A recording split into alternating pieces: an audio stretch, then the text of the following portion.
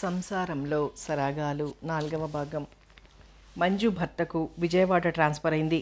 ఆమె పుట్టిల్లు విజయవాడే కావడంతో ఎంతో సంతోషించింది. ట్రాన్స్ఫర్ అయిన తర్వాత ఒక్కరోజు కూడా హైదరాబాద్లో ఉండలేకపోయింది.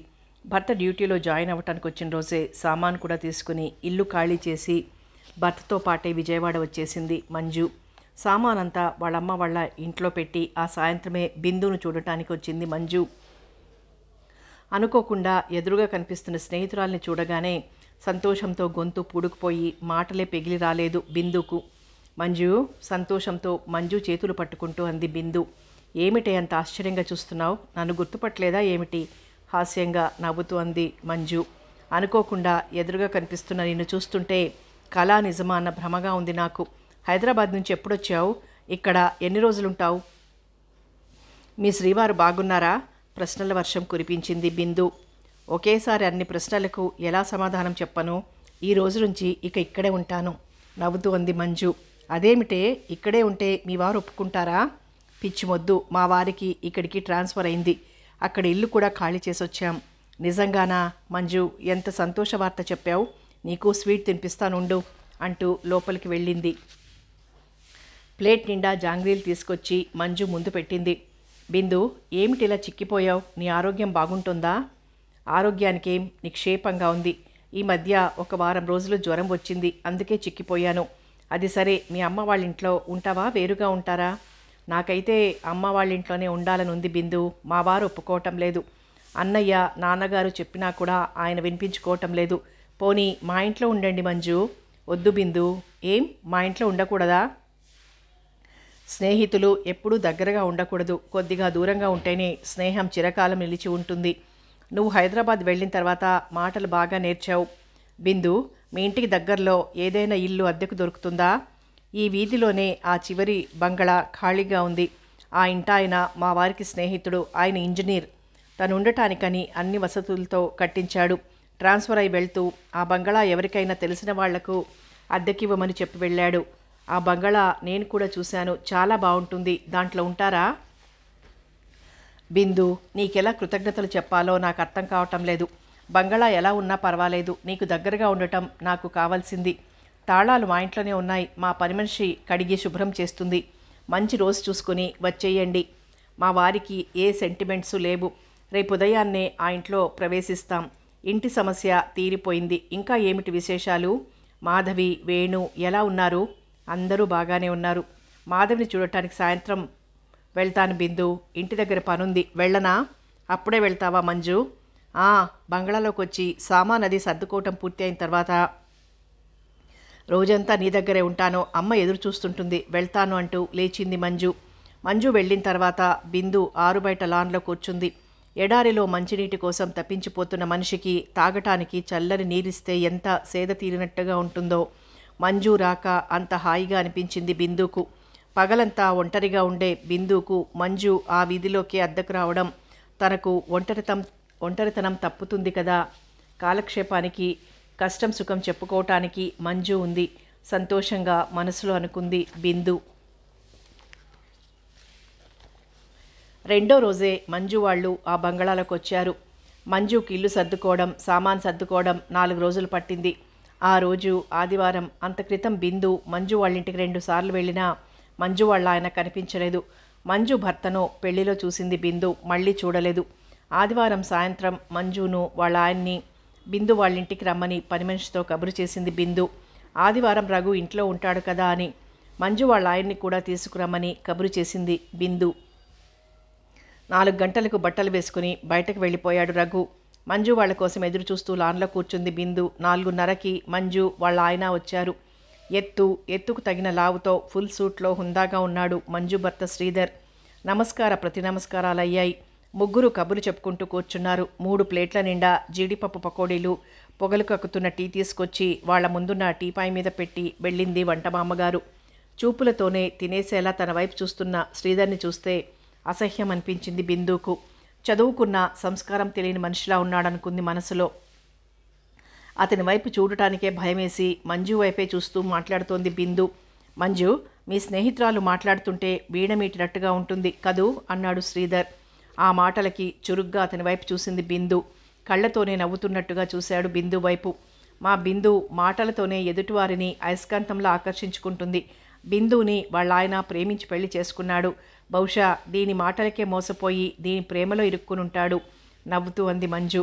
ప్రేమించి పెళ్లి చేసుకున్నారా? అదృష్టవంతులు అన్నాడు శ్రీధర్.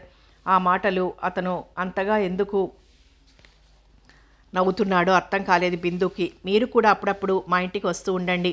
బిందు మన ఇంటికి 2-3 సార్లు వచ్చింది. అప్పుడు మీరు ఇంటి దగ్గర లేరు. అలాగా? మీ వారేరి? ఎక్కడా కనిపించరేం? ఆయన ఫ్యాక్టరీ దగ్గరికి వెళ్ళారు, వస్తారు. ఫ్యాక్టరీ మీ సొంతమేనా? అవునండి. మీ వారి పని హాయి. ఎప్పుడు కావాలనుకుంటే అప్పుడు ఆఫీస్కి వెళ్ళొచ్చు. ఇష్టం లేకపోతే ఇంటి దగ్గరే ఉండొచ్చు. మేము ఇష్టమున్నా ఇష్టం లేకపోయినా 9 గంటలకు ఆఫీస్కి వెళ్ళాలి. మీరు కూడా బిజినెస్ చేయండి. బిజినెస్ చేయటం అందరికీ చేత కాదు. ఏ పనైనా చేయటం మొదలు పెడితే అదే అలవాటైపోతుంది. ఉద్యోగం చేస్తూనే బిజినెస్ కూడా చేసుకోవచ్చు. ఇప్పటికే టయానికి ఇంటికి రావటం లేదని మా మంజు గొడవ చేస్తుంది. ఇక బిజినెస్ చేయటం కూడా మొదలుపెట్టానంటే మంజు మంచమెక్కుతుంది. మీ మాటలన్నీ మా బిందు నిజమనుకుంటుంది నవ్వుతూ అంది మంజు. వాళ్ళిద్దరూ అలా సరదాగా మాట్లాడుకుంటుంటే తనకు దూరం అయిందేమిటో అర్థమై బిందు మనసు బాధగా మూలిగింది. వాళ్ళిద్దరూ ఉన్నంతసేపు ఒకరిని గురించి ఒకరు చెప్పుకుంటూ ఒకరి పట్ల ఒకరికున్న అనురాగాన్ని వ్యక్తం చేసుకుంటూ సరదాగా ఉన్నారు. రాత్రి 8 గంటల వరకు ఉన్న రఘు రాలేదు. మంజు వాళ్ళు వెళ్ళిపోయారు. మంజు వచ్చిన దగ్గర నుంచి సరదాగా కాలక్షేపం అయిపోతోంది బిందుకు. రోజు ఏదో ఒక టైంలో ఒక్కసారైనా మంజు వచ్చి వెళ్తుంది. వారానికి 1-2 సార్లు బిందు మంజు వాళ్ళింటికి వెళ్తుంది. సామాన్యంగా మంజు వాళ్ళ ఆయన ఇంట్లో ఉండని సమయంలోనే బిందు వాళ్ళింటికి వెళ్తుంది. అతని ఇంట్లో ఉంటే బిందుపై నుంచి చూపులు మరల్చకుండా చూస్తూ ఉంటాడు. ఆమె ఉన్నంతసేపు ఏదో ఒకటి మాట్లాడుతూనే ఉంటాడు. ప్రతి విషయంలోనూ అతి చనువు చూపుతూ ఉంటాడు. అతని ప్రవర్తన గురించి మంజుతో చెప్దామనుకుని కూడా అనురాగంగా ఉన్న వాళ్ళ కుటుంబంలో తన మూలంగా కలతలు రేగుతాయేమోనన్న భయంతో ఎప్పటికప్పుడు చెప్పలేకపోయేది బిందు. రోజులు గడుస్తున్న కొద్దీ 2 కుటుంబాల మధ్య స్నేహం కూడా ఎక్కువైంది. మంజు కాలేజీలో చదివేటప్పటి నుంచి తెలియటం, మాధవికి బిందుకి ప్రాణ స్నేహితురాలు కావటం వలన మంజు వచ్చినప్పుడు రఘు కూడా చనువుగా స్నేహపూర్వకంగా మాట్లాడేవాడు. సహజంగా అతి చనువు తీసుకుని మాట్లాడే శ్రీధర్ వచ్చిన దగ్గర నుంచి ఏదో ఒకటి మాట్లాడుతూనే ఉంటాడు. ఎప్పుడు మంజుని విడిచి 1 గంట కూడా ఉండలేనట్లుగా ఉంటాడు. ప్రతిరోజు సాయంత్రం పూట మంజుతో సినిమాకో షికారుకో వెళ్తుంటాడు. చూసేవాళ్ళు భార్యాభర్తలంటే అలా అన్యోన్యంగా ఉండాలి అనుకునేంత అనురాగంగా ఉంటారు. ఆమె బలవంతం చేస్తే తప్పనిసరి వాళ్లతో సినిమాకు వెళ్ళేది బిందు. వాళ్ల పక్కన బిందు ఉన్నదన్న విషయమే మర్చిపోయినట్లుగా మంజుతో చిలిపిగా ప్రవర్తించేవాడు. భర్తకు ఎదురు చెప్పలేక బిందు ఏమనుకుంటుందో అన్న సిగ్గుతో సినిమా కూడా సరిగ్గా చూడలేకపోయేది మంజు. మంజు కసురుకుంటున్న కొద్దీ మరింత చిలిపిగా ప్రవర్తించేవాడు శ్రీధర్. మంజు అవస్థ గమనించిన బిందు వాళ్లతో సినిమాలకు షికార్లకు వెళ్ళటం తగ్గించుకుంది. సినిమాకు వెళ్ళాలనుకుంటే మాధవికి ఫోన్ చేసి ఆమెతో కలిసి వెళ్తుంది. మంజు వచ్చిన తర్వాత బిందులో వచ్చిన మార్పుకు సంతోషించాడు రఘు.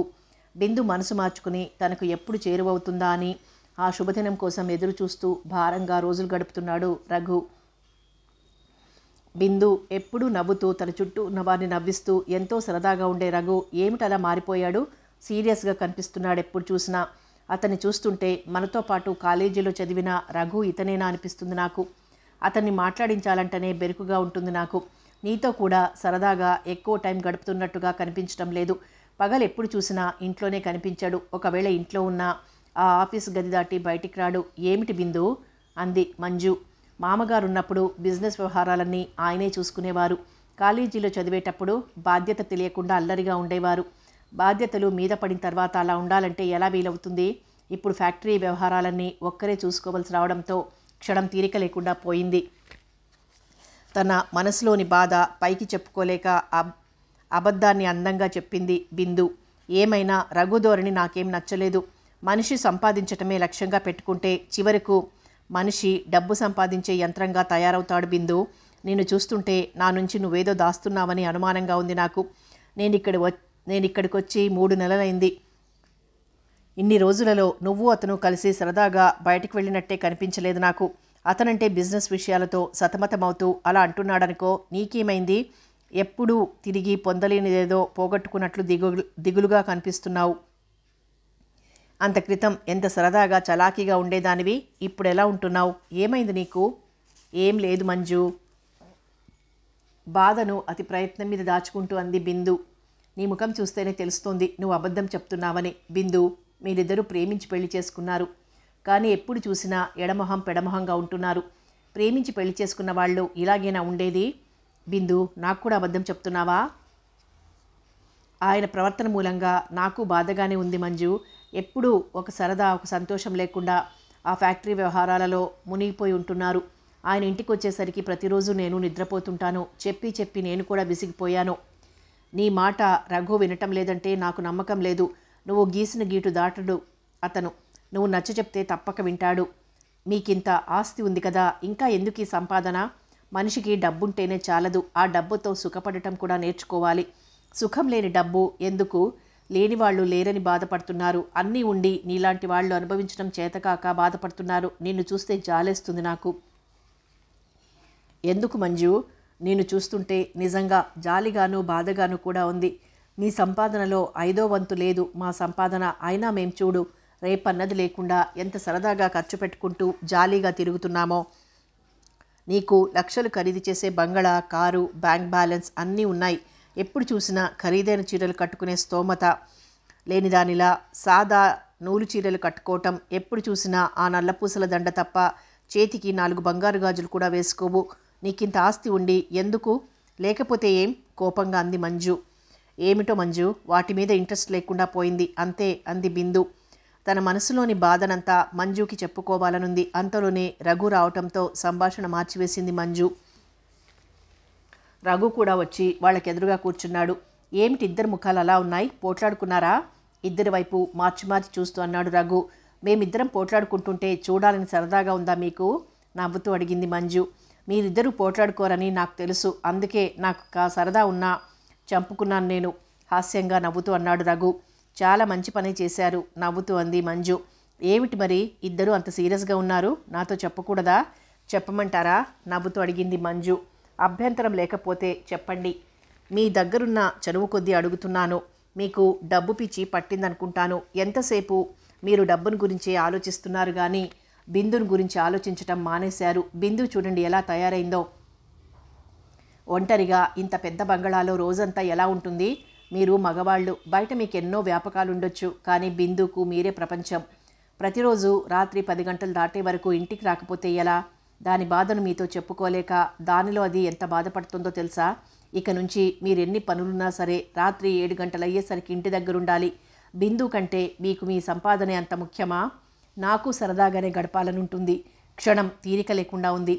నమ్మకమైన మనిషిని మేనేజర్గా పెట్టుకోండి. తీరిక లేదు అనుకుంటే తీరిక లేనట్టుగానే అనిపిస్తుంది. తీరిక చేసుకోవాలి. ప్రేమించి పెళ్లి చేసుకున్నారు. ఇద్దరూ కలిసి మనసారా 1 గంట కబుర్లు చెప్పుకోవటానికి కూడా తీరిక లేని సంపాదన ఎందుకోసం? ఎవరి కోసం? మరీ కామా పుల్ స్టాప్ లేకుండా తిట్ల వర్షం కురిపిస్తే ఎలా? ఇక మీదట నుంచి సాధ్యమైనంత వరకు ఇంటి దగ్గర ఉండటానికి ప్రయత్నిస్తాను అని నవ్వుతూ అన్నాడు రఘు. మీ మాట ఎంతవరకు నిజమో చూస్తానుగా. మీ శ్రీవారు ఇంకా ఆఫీస్ నుంచి రాలేదా? మాట మారుస్తూ అన్నాడు రఘు. అయ్యో రామ, ఆయన గారు ఆఫీస్ నుంచి వస్తే ఈ టైంలో నన్ను ఇక్కడికి రానిస్తారా? ఆఫీస్ పని మీద హైదరాబాద్ వెళ్ళారు. ఈ రాత్రికి వస్తారేమో. మంజు, ఒక్కదానివి ఎలా ఉంటావు? ఈ రాత్రికి మా ఇంట్లోనే ఉండు. రేపు ఉదయమే వెళ్దు గాని. ఏ రాత్రికైనా ఆయన వచ్చేస్తారు బిందు. ఆయన ఇంటికి వచ్చేసరికి ఎదురుగా కనిపించకపోతే అల్లం తిన్న కోతిలా గంతులేస్తాడు. ఎంత కోపమో చెప్పలేం. పోనీ భోంచేసి వెళ్ళి మంజు. ఇంటి దగ్గర ఉదయం చేసిన వంటకాలన్నీ అలాగే ఉన్నాయి. అనవసరంగా పాడు చేయటం ఎందుకు? మరోసారి భోంచేస్తాను. వెళ్తాను బిందు అంటూ లేచింది మంజు. మంజును వాళ్ళ ఇంటి వరకు తోడు వెళ్ళి పంపించరమ్మని పని మనిషిని పంపి లోపలికి వచ్చింది బిందు. బట్టలు మార్చుకుని భోజనానికి వచ్చాడు రఘు. ఇద్దరూ కలిసి భోజనాలు ముగించి మేడ మీదున్న బెడ్రూమ్లోకి వెళ్ళారు. రఘు కిటికీ దగ్గరగా కూర్చుని సిగరెట్ ముట్టించాడు. బిందు మౌనంగా తన మంచం మీద పడుకుంది. మంజుకు ఏమని చెప్పావు బిందు? నేనేం చెప్పలేదే. నువ్వేమీ చెప్పందే మంజు ఎందుకలా మాట్లాడింది?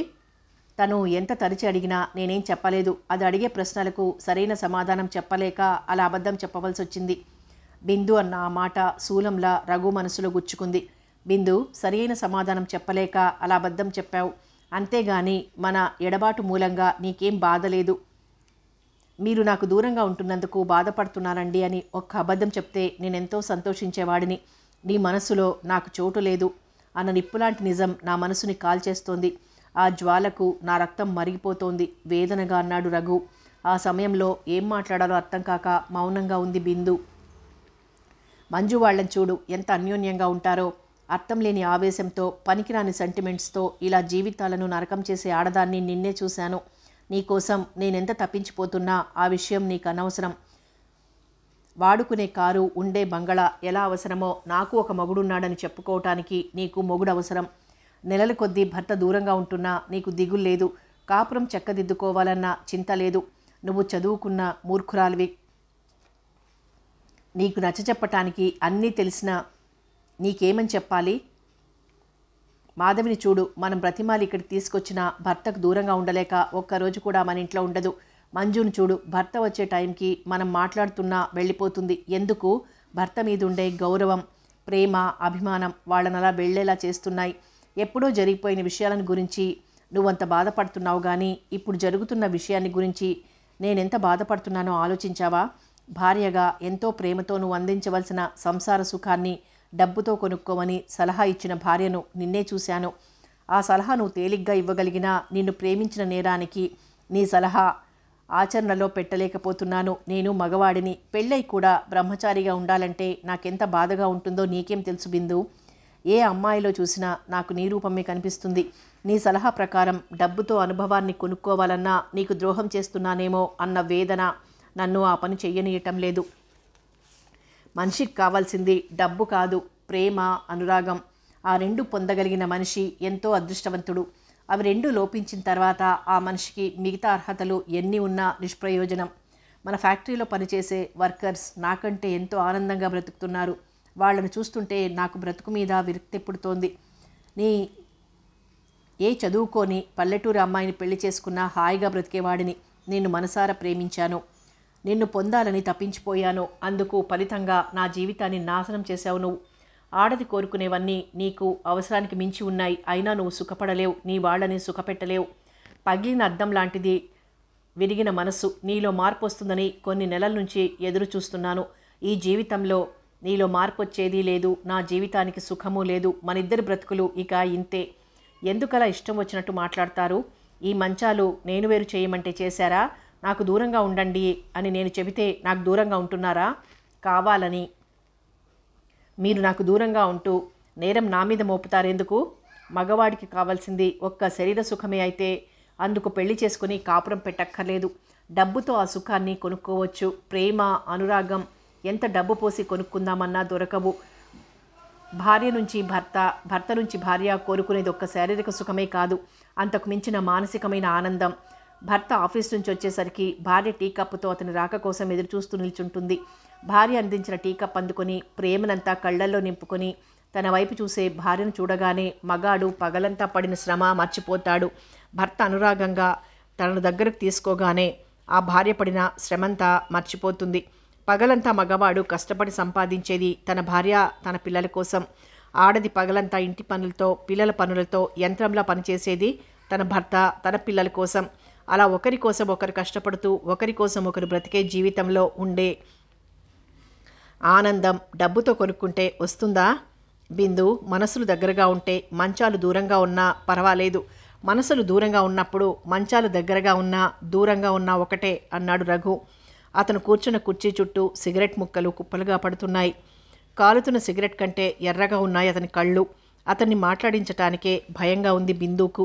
అతని గుండెల్లోని అగ్నిగోళం బద్దలవ్వటానికి సిద్ధంగా ఉంది. ఆ సమయంలో అతన్ని మాటలతో మరింతగా రెచ్చగొట్టడం మంచిది కాదని మౌనంగా నిద్రపోతున్నట్టుగా కళ్ళు మూసుకొని పడుకుంది బిందు. ఆ రాత్రి టైంలోనే బట్టలు వేసుకుని బయటకు వెళ్ళిపోయాడు రఘు. మెలకువతోనే ఉన్న బిందు ఎక్కడికి వెళ్తున్నారని కూడా అడగలేదు. నిద్ర పట్టక గదిలోంచి బయటకొచ్చి బాల్కనీలో నిల్చుంది. రఘు కారు బయటకు వెళ్ళగానే గేటు మూసి తాళం వేస్తున్నాడు తోటమాలి. అతను గేటు పక్కగా ఉన్న రేకుల షెడ్డులో ఉంటాడు. తోట పనులే కాకుండా గేటు మొయ్యటం, తెరవటం అటువంటి పనులు కూడా అతనే చేస్తుంటాడు. ఆకాశంలోని నక్షత్రాలు మినుకు మినుకుమంటూ చీకటిని పారద్రోలాలని విశ్వప్రయత్నం చేస్తున్నాయి. రాత్రి సమయం కావటం వలన వీధులన్నీ నిర్మానుష్యంగా ఉన్నాయి. వీధి కుక్క పెద్దగా అరుస్తోంది. నక్షత్రాల కాంతిలో బంగళా ముందున్న పూలతోట విరగబూసిన పూలతో జలతారు చుక్కల మేలి ముసుగు ధరించినట్లుగా ఉంది. ఒంటరితనం మనిషికి పెద్ద శిక్ష. ఒంటరితనం తీరని శాపం. ఒంటరితనంతో పిచ్చెక్కినట్టుగా ఉంది. ప్రశాంతత కోసం బిందు మనసు తల్లడిల్లిపోతోంది. ఇలాంటి సమయంలో కొత్తగా పెళ్లి చేసుకున్న వాళ్ళు, కొన్ని సంవత్సరాల నుంచి కాపురం చేస్తున్న వాళ్ళు కూడా ఒకరి కౌగిలిలో ఒకరు ఒదిగిపోయి హాయిగా నిద్రపోతుంటారు. ఈ చీకటి రాత్రిలో మనశ్శాంతి లేని మనసుతో అర్థం కాని భవిష్యత్తును గురించి భయపడుతూ బ్రతకమని నన్నెందుకు శాసించావు? ఏ నేరం చేశానని నాకు ఈ శిక్ష విధించావు భగవాన్ అంటూ తన బాధనంతా కనిపించని భగవంతునితో చెప్పుకుంటూ కన్నీటితో మనసు బరువు తీర్చుకోవాలని ఆరాటపడుతూ అక్కడే కూర్చుంది బిందు. గమ్యం లేని ప్రయాణంలా కారులో రోడ్లన్నీ తిరిగాడు రఘు. అయినా ఇంటికి రావాలనిపించలేదు. నూనెని తార్ రోడ్డు మీద మెత్తగా సాగిపోతోంది అతను డ్రైవ్ చేసే కారు. చల్లని గాలి గిలిగింతలు కలిగిస్తోంది. అంత చలిగాలిలోనూ అతని ఒళ్లంతా చెమటతో తడిసిపోయింది. అంతులేని ఆలోచనలతో అతని తల వేడెక్కిపోయింది. ఆత్మహత్య చేసుకోవాలన్నంత ఆవేశంగా ఉంది. ప్రేమించి పెళ్లి చేసుకున్న భార్యను గుండెలకు హత్తుకోలేని దురదృష్టవంతుణ్ణి. మెరుపు తీగల నువ్వు నా ముందు తిరుగుతుంటే నాలో రేగుతున్న కోర్కెలను అరికట్టుకోలేకపోతున్నాను. నా పంతాన్ని పట్టుదలను వదులుకుని నీ ఒడిలో పసిపాపలా నిద్రపోవాలనుంది. కానీ బొమ్మలా నువ్వు అందించే అనుభవం గుర్తుకొస్తే నా ఆవేశం కొవ్వొత్తులా కరిగిపోతుంది. బిందు, నిన్ను తనివి తీరా చూసుకోవాలని, మనసు తీరా మాట్లాడుకోవాలని నా మనసు తప్పించిపోతుంది. ఎప్పటికైనా నీ మనసును దోచుకోవాలి, నీ ప్రేమను పొందాలి. అయితే అందుకే నాకు బ్రతకాలన్న కోరికను కలిగిస్తోంది. ఆ ఆశే లేకపోతే ఈ నరకంలోంచి ఎప్పుడో వెళ్ళిపోయేవాడిని బిందు. నీ మంచి మనసు మార్చుకోవాలని విశ్వ ప్రయత్నం చేస్తున్నాను, కానీ నాకు సాధ్యం కావటం లేదు. నువ్వు నాకు ఎంత దూరంగా ఉండాలని ప్రయత్నిస్తున్నావో నీకు దగ్గరవ్వాలని నా మనసు అంత ఆరాటపడుతోంది. ఈ మనసు నీ ప్రేమ బంధం నుంచి విముక్తి పొంది జీవించలేనంటోంది. పగిలిన ఈ గుండెల్లో బాధ, అసంతృప్తి, నిరాశ పొంగి పొరలుతున్నాయి. ఒక మాట కోసం, చల్లని ఓదార్పు కోసం తపించిపోతున్నాను బిందు. నీ మనసును ఎలా పొందగలను? పూజలు చేసి నీ మనసును దోచుకోగలిగితే నాకున్న డబ్బంతా దేవాలయాలు కట్టించటానికి, పూజలు చేయించడానికే ఖర్చు పెడతాను. నాకు ఈ డబ్బు, హోదా, సమాజంలో అంతస్తు ఏమీ అక్కర్లేదు. నాకు నువ్వు కావాలి, నీ ప్రేమ కావాలి, నీ అణువణువు నా స్వంతం కావాలి. అప్పుడే ఈ మనసుకు ప్రశాంతత, ఈ జీవితానికి అర్థం అనుకుంటూ అతను ఎంత చిత్రహింస అనుభవించాడో ఆ క్షణంలో. అతనికి అటువంటి పరిస్థితిని సృష్టించిన ఆ భగవంతునికే తెలియాలి.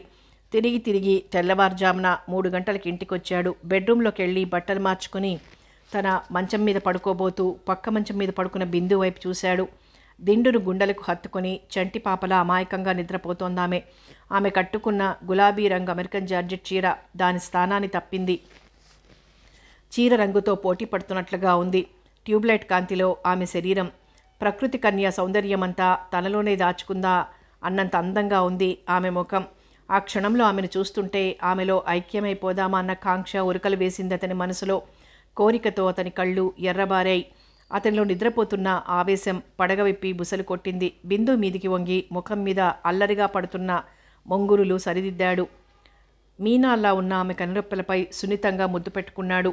అజంతా శిల్పసుందరి భంగిమలో నిద్రపోతున్న బిందును తదేకంగా చూస్తూ ఆ మంచం దగ్గరే నిల్చున్నాడు. పెట్టే సిగరెట్లు కాలిపోయాయి. అయినా అతను అక్కడి నుంచి కదల్లేదు.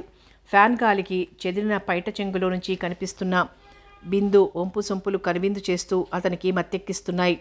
బిందు చేయి మీద చేయి వేసి నిమిరాడు. నిద్రలో ఆమె కదిలింది. అతను అక్కడి నుంచి కిటికీ దగ్గరకొచ్చి సిగరెట్ వెలిగించుకున్నాడు. ఎప్పుడొచ్చారు? మీరింకా నిద్రపోలేదా? మంచం మీద నుంచి లేచి కూర్చుంటూ అడిగింది. నేను సాయంత్రం 4 గంటలకి ఇంటికొచ్చినా, తెల్లవారుజామున 4 గంటలకి ఇంటికొచ్చినా ఒకటేగా నీకు? అటువంటప్పుడు ఆ ప్రశ్న అడగటం ఎందుకు?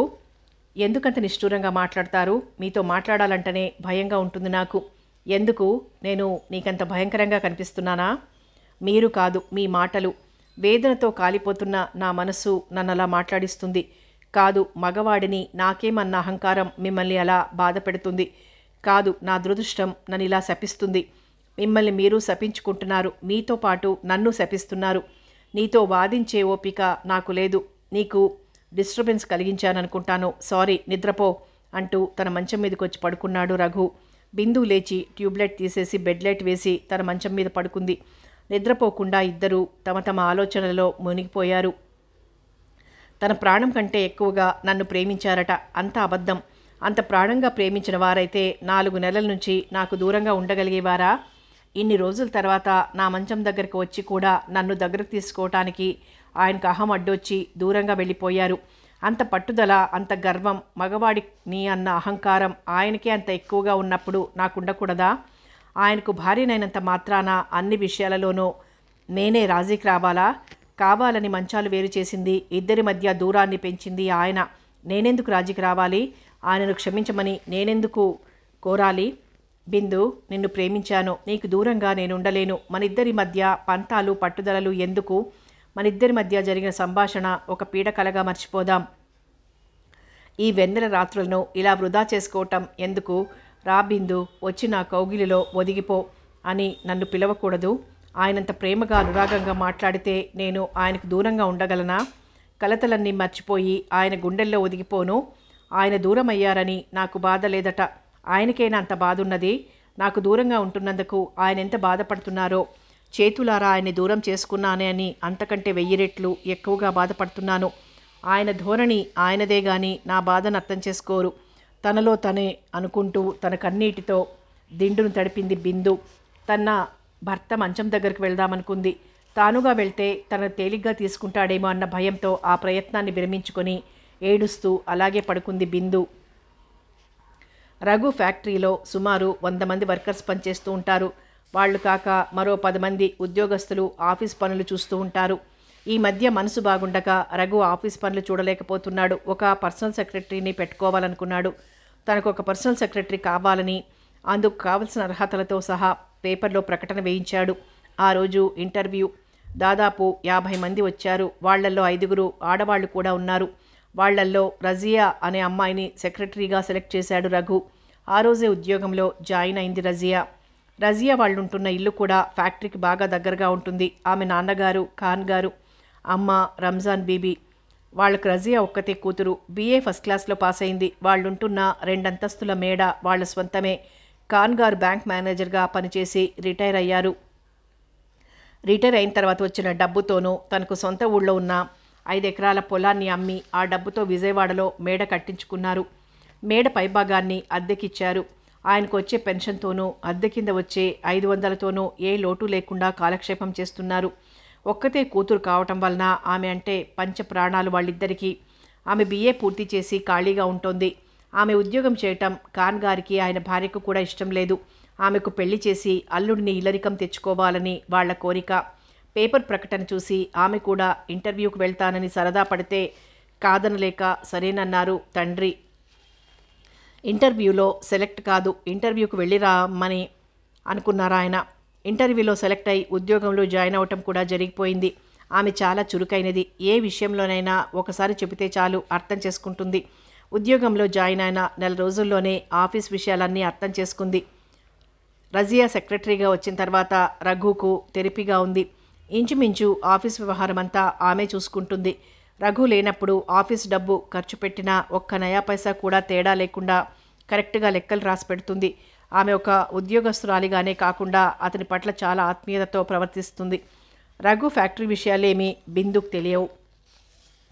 రజియా రఘు పర్సనల్ సెక్రటరీ అన్న విషయం కూడా తెలియదు. రజియా మహమ్మదీయుల అమ్మాయి కావటం వలన పంజాబీ డ్రెస్ వేసుకుంటుంది. ఎప్పుడూ 2 జడలు వేసుకుంటుంది. ఆమె మాట్లాడుతుంటే ఆమె చెవులకున్న జూకాలు వింతగా కదులుతూ ఆ ముఖానికి ఆకర్షణ కలిగిస్తూ ఉంటాయి. నవ్వుతుంటే ముత్యాలు జాలువారుతున్నట్లుగా ఉంటుంది. ఎప్పుడూ చెరగని చిరునవ్వుతో మంచులో తడిసిన తెల్ల గులాబీ పువ్వులా ఉంటుంది. ఏ ఆప్యాయతకు అనురాగానికి ఇంతకాలం రఘు తప్పించిపోయాడో ఆ ఆప్యాయత అనురాగం రఘు పట్ల రజియా చూపిస్తుంది. ఆ అనురాగానికి కరిగిపోతున్న అతని మనసులో తనకు తెలియకుండానే రజియాని గురించిన ఆలోచనలు చోటు చేసుకుంటున్నాయి. సార్, మీరేమీ అనుకోకపోతే ఒక్క విషయం నసుగుతూ అంది రజియా. ఆ తర్వాత ధైర్యంగా రఘు ఎదుట మాట్లాడలేకపోయింది. రఘు అంటే ఎంత చనువున్నా అంతకు మించిన గౌరవం, భయం కూడా ఉన్నాయి ఆమెకు. ఆఫీస్ విషయాలలో మాత్రం చనువు తీసుకుంటుంది, కానీ వ్యక్తిగతమైన విషయాలలో అతనికి చాలా దూరంగా ఉంటుంది. ఉద్యోగంలో జాయిన్ అయిన దగ్గర నుంచి రఘు ఆమెను పేరు పెట్టే పిలుస్తాడు. ఏమిటి రజియా, చెప్పబోయి ఆగిపోయావెందుకు? చెప్పు అన్నాడు రఘు చూస్తున్న ఫైలు పక్కకు పెట్టి. సార్, రేపు మా పండగ. ప్రతి సంవత్సరం పండగ రోజు మా కుటుంబానికి ఆత్మీయులైన వాళ్ళను భోజనానికి పిలవటం, ఆ రోజంతా సరదాగా గడపటం మాకు అలవాటు. మాకు ఆత్మీయులుగా ఉండే మా నాన్నగారి స్నేహితులు కుటుంబంతో సహా మద్రాసు వెళ్ళిపోయారు.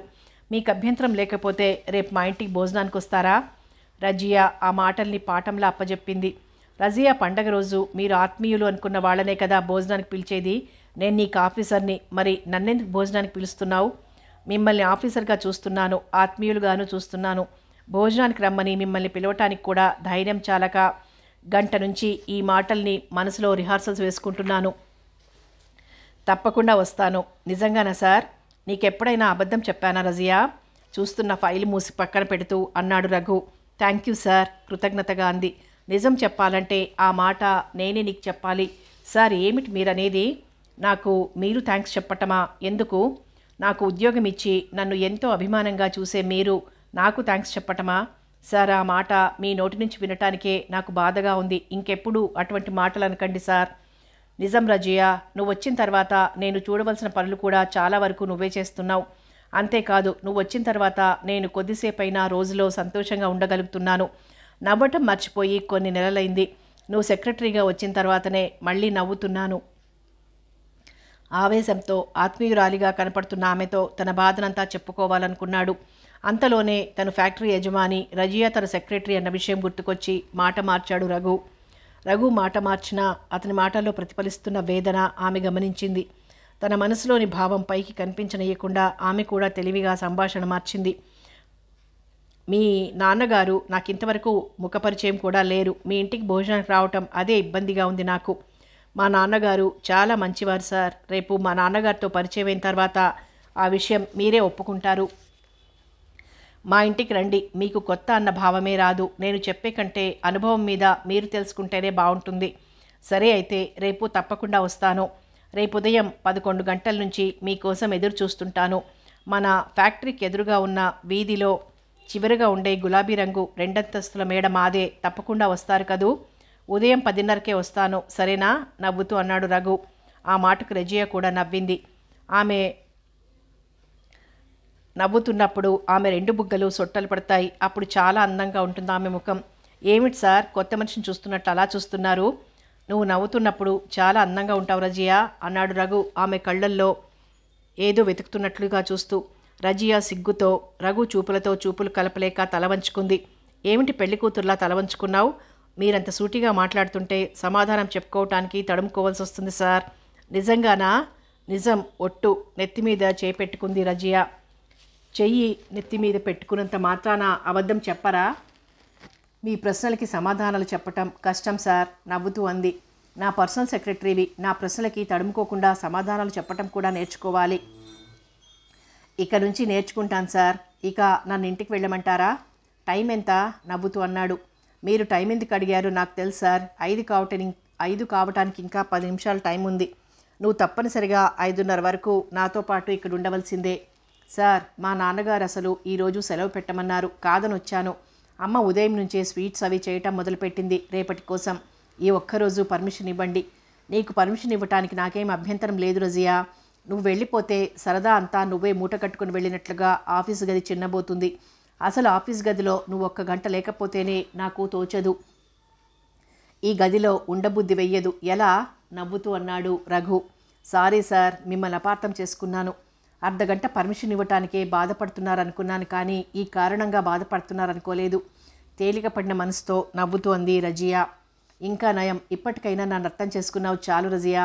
నువ్వు ఆఫీస్లో నాతో పాటు ఉన్నంతసేపు నీ డ్యూటీ నువ్వు చేసుకుని అందరితో వెళ్ళిపోతే బాగుండేది. సరదాగా నాతో కబుర్లు చెప్పటం కూడా నీ డ్యూటీలో ఒక భాగంగా చేసుకున్నావు. నేను ఆఫీస్లో నుంచి బయటకు వెళ్ళకముందు నువ్వు వెళ్ళిపోతే నాకు తోచదు. మీరు చాలా తమాషాగా మాట్లాడతారు సార్. మీతో మాట్లాడుతూ కూర్చుంటే రాత్రికి పగలకు తేడా లేకుండా గడిచిపోతుంది. హాస్యంగా నవ్వుతూ అంది రజియా. అవసరం అనుకుంటే వెళ్ళిపో రజియా. ఎలా వెళ్ళను సార్? నేను వెళ్ళిపోగానే ఆఫీస్ రూమ్ మూసేసి మీరు వెళ్ళిపోతారు. మీరు చూసి సంతకాలు చేయవలసిన ఫైల్స్ టేబుల్ మీద అలాగే ఉండిపోతాయి. ఈ పని మళ్ళీ రేపు చెయ్యాలి. అప్పుడు రేపటి పని ఎల్లుండికి వాయిదా పడుతుంది. ఏ రోజు చేయవలసిన పనులు ఆ రోజే పూర్తి చేయాలన్నది గాంధీ గారి సిద్ధాంతం. గాంధీ గారి సిద్ధాంతాలంటే నాకు చాలా ఇష్టం సార్. నేను సాయంత్రం 6 గంటల వరకైనా ఇక్కడే కూర్చుంటాను. మీరు ఫైల్స్ చూడండి. అమ్మయ్య, ఉపన్యాసం అయిపోయింది. కుర్చీలో వెనక్కి వాలుతూ అన్నాడు రఘు. ముందు ఫైల్స్ చూడండి సార్. ఒకసారి మూసేసిన తర్వాత మళ్ళీ ఆ ఫైల్స్ తెరిచి చూడటం మన చరిత్రలోనే లేదు. ఆ పని రేపు చూస్తాను. పని వాయిదా పడకుండా ఉండటం కోసం రేపు ఉదయం 6 గంటలకి ఆఫీస్కి వచ్చి మిగతా పని చూస్తాను, నువ్వు వెళ్ళు. రేపు తప్పకుండా వస్తారు కదూ? గదిలో నుంచి వెళ్ళబోతూ మరోసారి అడిగింది రజియా. 10:30కే వస్తానని చెప్పానుగా అన్నాడు రఘు. తర్వాత రజియా బయటకు వచ్చింది. రజియాతో బాటే బయటకు వచ్చిన రఘు రజియా కనిపించినంతసేపు చూస్తూ నిల్చొని రజియా వెళ్ళిన తర్వాత కారులో బయటకు వెళ్ళిపోయాడు. చెప్పిన టైంకి కారులో రజియా వాళ్ళ ఇంటికి వచ్చాడు రఘు. అతని కోసమే ఎదురు చూస్తూ గేటు దగ్గరే నిల్చునుంది రజియా. చెప్పిన టయానికి 1 నిమిషం కూడా ఆలస్యం చేయకుండా వచ్చారు. చాలా సంతోషం సార్, రండి లోపలికి వెళ్దాం, ఆప్యాయంగా ఆహ్వానించింది. రజియాతో పాటు లోపలికి వెళ్ళాడు రఘు. రజియా నాన్నగారు హాల్లోనే కూర్చున్నారు. నాన్నగారు, వీరే రఘు గారంటూ రఘుని వాళ్ళ నాన్నగారికి పరిచయం చేసింది రజియా. నమస్కారం అన్నాడు రఘు. నమస్కారం బాబు, కూర్చో. మా ఆహ్వానాన్ని మన్నించి మా ఇంటికి వచ్చారు. మా రజియా ప్రతిరోజు మిమ్మల్ని గురించి గొప్పగా పొగుడుతూ చెబుతుంది. మిమ్మల్ని చూసిన తర్వాత మా రజియా మిమ్మల్ని గురించి చెప్పేదంతా నిజమే అనిపిస్తోంది. మీ కింద పనిచేసే మా అమ్మాయి ఆహ్వానాన్ని మన్నించి మీరు మా ఇంటికి రావటంలోనే మీ ఔన్నత్యం కనిపిస్తోంది. మరీ అంతలా పొగడకండి, సోఫాలో కూర్చుంటూ నవ్వుతూ అన్నాడు రఘు. అమ్మ రజియా, రఘుబాబు గారు వచ్చారని మీ అమ్మకు చెప్పిరా అన్నారు ఖాన్ గారు. రజియా లోపలికి వెళ్ళి వాళ్ళ అమ్మగారిని తీసుకొచ్చింది. నమస్కారం బాబు అంది రజియా అమ్మగారు. నమస్కారం అంటూ అటువైపు తిరిగిన రఘు రజియా అమ్మగారిని చూస్తూ 1 నిమిషం అలాగే నిలబడిపోయాడు. కంచిపట్టు చీర, నుదుట నయా పైసంత కుంకుమ బొట్టు, మెడలో నల్లపూసలు, చేతుల నిండుగా మట్టి గాజులు, బంగారు గాజులు కలిపి వేసుకుంది. ఆమెను చూడగానే ఎంతో గౌరవభావం కలిగింది రఘుకి. లక్ష్మీదేవిలా నిండుగా ఉంది. ఆమెను చూస్తే మహమ్మదీయుల ఆడపడుచని ఎవరూ అనుకోరు. ఏమిటి బాబు అలా ఆశ్చర్యపోతున్నావు? నా వేషధారణ చూసా? రఘు మనసు చదివినట్టుగా నవ్వుతూ అడిగింది రజియా అమ్మగారు. అవునండి, మీరు మహమ్మదీయులంటే నమ్మలేకపోతున్నాను. అవును బాబు, నా భార్య హిందువుల అమ్మాయి. మేమిద్దరం కాలేజీలో చదివే రోజుల్లో ప్రేమించి పెళ్లి చేసుకున్నాం. మా పెళ్లి రోజే నా భార్య తన మతం మార్చుకుని నా మతం స్వీకరించింది. మతాన్ని మార్చుకున్న వేషధారణ మార్చుకోలేకపోయింది. మా మతాలు వేరు, మా కులాలు వేరు, ఇవేవి మేమిద్దరం పెళ్లి చేసుకోవటానికి మాకు అడ్డుగోడలుగా నిలవలేదు. అందరినీ ఎదిరించి మేమిద్దరం పెళ్లి చేసుకున్నాం. అందుకు ఫలితంగా ఇద్దరం అయిన వాళ్లకు దూరమయ్యాం. మా ఇద్దరి వైపు చుట్టాలెవరూ మా ఇంటికి రారు. నా స్నేహితులే నాకు చుట్టాలు నవ్వుతూ అన్నారు ఖాన్ గారు. మీరు చాలా అదృష్టవంతులు. ముందు తరాల వారికి మీరు ఆదర్శంగా నిలిచారు. అయిన వాళ్ళందరూ దూరమైనా నాకు బాధ అనిపించలేదు బాబు. 30 సంవత్సరాల క్రితం నా భార్య నా జీవితంలోకి ప్రవేశించింది. ఆ రోజు నుంచి ఈ రోజు వరకు ఏ విషయంలోనూ నేను బాధపడలేదు. ఏ సమస్యను గురించి నేను ఆలోచించవలసిన అవసరమూ రాలేదు. అన్నీ నా భార్య చూసుకుంటుంది. అనుకూలవతి అయిన భార్య దొరకటం మగవాడి అదృష్టం. తృప్తిగా భార్య వైపు చూస్తూ అన్నాడు ఖాన్. ఏవండి, ప్రతివాళ్ల ముందు నన్ను పొగడటమే సరిపోతుంది మీకు. ముందు బాబు భోజనం విషయం చూడండి నవ్వుతూ అంది రజియా అమ్మగారు. బాబు, డ్రింక్ తీసుకునే అలవాటుందా? నవ్వుతూ అడిగారు ఖాన్ గారు. ఆయన మాటకు సిగ్గుతో సమాధానం చెప్పలేకపోయాడు రఘు. అలా అడిగితే ఏమని సమాధానం చెప్పగలరు? ఈ రోజుల్లో డ్రింక్ చేయటం అలవాటు లేని వాళ్ళు ఎవరండి? ఫ్యాక్టరీ యజమానికి డ్రింక్ చేసే అలవాటు ఉండదా? ఆ మాత్రం అర్థం చేసుకోలేరు? ముందు గదిలో అందుకు కావలసినవన్నీ సిద్ధంగా ఉన్నాయి. ఆ పని పూర్తి చెయ్యండి మీరు. ఈలోగా భోజనానికి ఏర్పాట్లు చేస్తాను నవ్వుతూ అంటూ లోపలికి వెళ్ళింది రజియా అమ్మగారు. నేను మనసులో ఏదైనా చెయ్యాలనుకుంటే మా శ్రీమతికి ఎలా తెలుస్తుందో? నాకు చెప్పకుండానే అందుకు కావలసిన ఏర్పాట్లు అన్నీ చేస్తుంది నవ్వుతూ అన్నాడు ఖాన్ గారు. సార్, మా నాన్నగారికి డ్రింక్ చేయటానికి మా అమ్మగారు నెలకు 1 రోజే పర్మిషన్ ఇస్తారు. మా నాన్నగారికి ఫ్రెండ్స్తో కలిసి డ్రింక్ చేయటం అంటే చాలా ఇష్టం. వెళ్ళండి సార్ నవ్వుతూ అంది రజియా. రాబాబు అంటూ రఘుని ముందు గదిలోకి తీసుకెళ్లారు ఖాన్ గారు. టీపాయ్ మీద విస్కీ బాటిల్, గ్లాసులు, మంచినీళ్లు, ఐస్ ముక్కలు అన్నీ అమర్చి ఉన్నాయి. టీపాయ్కి ఎదురుగా 2 కుర్చీలు వేసి ఉన్నాయి. ఇద్దరు కుర్చీల్లో కూర్చున్నారు. ఖాన్ గారు సరదాగా కబుర్లు చెప్తుంటే తను ఆ ఇంటికి కొత్తవాడిని అన్న భావమే కలగలేదు రఘుకు. ఇద్దరూ సరదాగా నవ్వుకుంటూ డ్రింక్ చేయటం ముగించేసరికి 1 గంట అయింది. భోజనాలు వడ్డించాను రండి బాబు అంటూ ఆ గదిలోకి వచ్చింది రజియా అమ్మగారు. రజియా అమ్మగారు తప్ప మిగతా 3 డైనింగ్ టేబుల్ ముందు కూర్చున్నారు. అందరం వడ్డించుకొని తిందాం, నువ్వు కూడా కూర్చో అన్నారు ఖాన్ గారు భార్యను ఉద్దేశించి. అబ్బా, మీరు కాసేపు మాట్లాడకుండా కూర్చోండి. ఈరోజు మీతో పాటు అతిథి ఉన్నారన్న విషయం కూడా మర్చిపోతున్నారు. నా చేతి మీదుగా వడ్డిస్తానంటూ అందరి ప్లేట్లలో గారెలు పెట్టింది.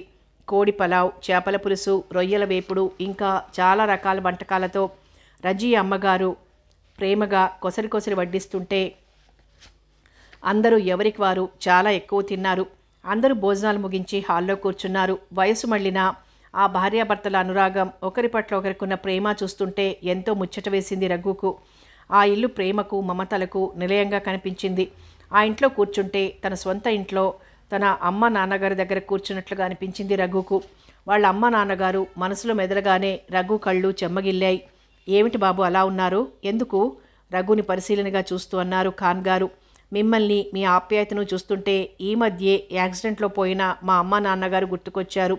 సారీ బాబు, నీ మనసుకు కష్టం కలిగింది. ఒక్క విషయం గుర్తుంచుకో, చనిపోయిన వాళ్ళని గురించి ఎప్పుడూ ఆలోచించవద్దు. వాళ్ళ ఆశయాలను, వాళ్ళు నీ మీద ఉంచిన బాధ్యతలను మాత్రం ఎప్పుడూ మర్చిపోవద్దు. చాలా మంచి మాట చెప్పారు.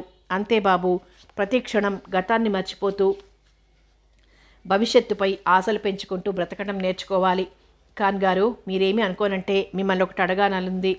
ఒకటి కాకపోతే ఒక 100 అడుగు బాబు. నేను వయసులోనూ అనుభవంలోనూ కూడా నీకంటే పెద్దవాడిని. సంశయం ఎందుకు? మిమ్మల్ని చూడటం ఇదే మొదటిసారైనా మీకు నాకు ఎంతో కాలంగా పరిచయం ఉన్న మనుషుల్లా కనిపిస్తున్నారు. మీతో మాట్లాడుతుంటే ఆత్మీయులతో మాట్లాడుతున్నంత సంతోషంగా ఉంది. ఎప్పుడు బిజినెస్ పనులతో యంత్రంలా మారిపోయిన నాకు మీ పరిచయం ఎంతో తృప్తిని కలిగించింది. మీకు అభ్యంతరం లేకపోతే నాకు వీలైనప్పుడు మీతో 1 గంట సరదాగా గడపటానికి వస్తాను. రఘు మాటలకు ఆశ్చర్యంతో అందరూ బొమ్మల్లా కూర్చున్నారు. ఖాన్ గారు, నేను మీ ఇంటికి రావటం మీకేమైనా అభ్యంతరమా? బాబు, మీరు మా ఇంటికి రావటం నాకు అభ్యంతరమా? మీ అంతస్తు ఎక్కడా, మా అంతస్తు ఎక్కడా? మీకు మాకు నక్కకు నాగలోకానికి ఉన్నంత తేడా ఉంది. మీరుగా మా ఇంటికి వస్తాను అనటం కృష్ణుడు కుచేలుని ఇంటికి వస్తాననటం లాంటిది. మనిషికి కావాల్సింది ఆస్తి అంతస్తులు కాదండి. వాటికి నేను ఎప్పుడూ విలువివ్వను. నాకు కావాల్సింది ఆప్యాయత, అనురాగం. అవి మీ దగ్గర పుష్కలంగా ఉన్నాయి. వీలైనప్పుడే కాదు బాబు, వీలు చేసుకుని తప్పక రావాలని మా ముగ్గురి కోరిక. ఇది నీ స్వంత ఇల్లు అనుకొని ఏ టైంలో అయినా రావచ్చు, ఏ టైంలో అయినా వెళ్ళొచ్చు. స్నేహపూర్వకంగా రఘు చేయి పట్టుకుంటూ అన్నారు ఖాన్ గారు. ఆయన చూపుతున్న అనురాగాన్ని భరించలేకపోతున్నాడు రఘు. మీరు నా పట్ల చూపుతున్న అభిమానానికి, ప్రేమకు ఎన్నిసార్లు కృతజ్ఞతలు చెప్పినా చాలదు. ఇక వెళ్తానండి అంటూ లేచాడు రఘు. బాబు, నువ్వు వెళ్ళిపోతుంటే మాకు బాధగా ఉంది అంది రజియా అమ్మగారు. ఎక్కడికి వెళ్తున్నాను, మళ్ళీ వస్తాను మీ ఇంటికి అంటూ కారు దగ్గరకు నడిచాడు రఘు. ముగ్గురు రఘుతో పాటు కారు దగ్గరికి వచ్చారు. రఘు అందరికీ మరోసారి వెళ్తున్నానని చెప్పి కారు స్టార్ట్ చేశాడు. కథ కొనసాగుతుంది.